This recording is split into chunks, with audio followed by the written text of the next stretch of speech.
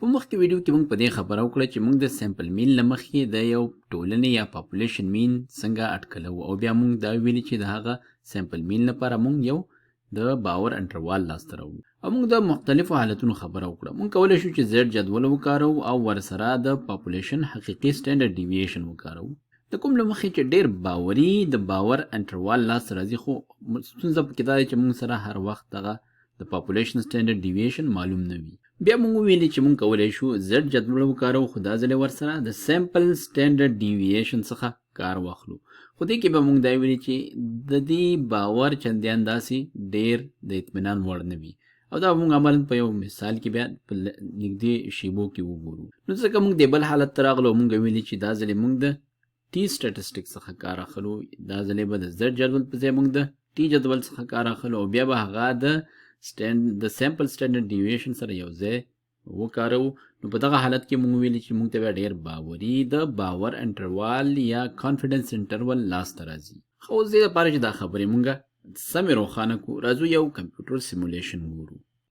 نو موږ سره دا کمپیوټر سیمولیشن دی چې موخه یې دا ده چې موږ سره په درې وړو مختلفو حالتونو کې د باور انټروالونه څه ډول په لاس راځي. فرض وکړو چې موږ سره د یوې ټولنې حقیقي مین یا پاپولیشن مین 2 دی، کوم چې داسې فرض وکړو چې په یو هیواد کې د مڼو شمیر دی چې یو کس یې په اوسط ډول خوري. کیدای شي دا لږ ډیر وي، خو کیدای شي په دې هیواد کې مڼې ډیرې وي، همداسې به وینو. او داسې وایو چې موږ ته پاپولیشن سټینډرډ ډیویشن معلوم دی 0.5 دی او موږ غواړو چې دلته د باور انټروالونه جوړ کړو چې د باور کچه پکې 95 وي او د نمونو شمیر 12 ساتو. نو لومړی راځو د زیډ سکور او د سیګما په مرسته د دې لپاره باور انټروال جوړو، کومه چې د دې صحیح طریقه د لاسته راوړل ده. را به شو دلته به یو څه نمونې دلته راواخلو. نو موږ وینو چې دا تقریبا 95% دی.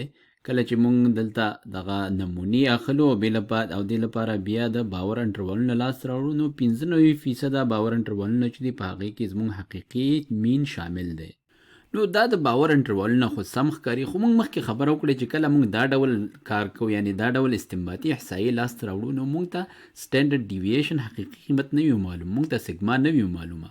خو اوس ښایي تاسو ووایئ چې موږ راځو د زیډ جدول چې دی د سیمپل سټینډرډ ډیویشن سره کارو. نو کله چې دا موږ وکارو، نو وګورئ چې د همدې نمونو لپاره چې موږ مخکې کار کړی و، که چیرې همدا کار موږ بیا تکرار کړو، تاسې وګورئ موږ 665 نمونې اخیستي. نو په داسې حالتونو کې که چیرې موږ د باور انټرولونه د زیډ او اس په واسطه باندې محاسبه کوو، نو موږ وینو چې موږ سره په دغه انټرولونو کې حقیقي مین یوازې 92% ځلې شامل دی. تر دې چې که چیرې د دې نمونې موږ نورې هم زیاتې کوو، به وینو چې د دې فیصدي بیا هم ښکته پاتې کېږي نظر زیډ او سیګما ته. اوس خوندوره خبره دا ده چې که چیرې موږ ټي جدول وکارو، نو تاسې وګورئ چې دا قیمت 95% ته نږدې کېږي. او دا ځکه ښه دی چې موږ د ټي او داسې څه چې له نمونې څخه یې لاسته راوړو، یعنې سیمپل سټینډرډ ډیویشن څخه موږ داسې باور لاسته راوړلی شو چې کوم چې نظر هغه حالت ته چې موږ ته سیګما پکې معلومه وي، هغې نه هم پورته دی دا باور. نو دا شو د ټي او د ټي سټیټسټیک ارزښت. په راتلونکو ویډیوګانو کې به موږ د دې نور عملي مثالونه وګورو او همدارنګه د ټي جدول کارول به وګورو.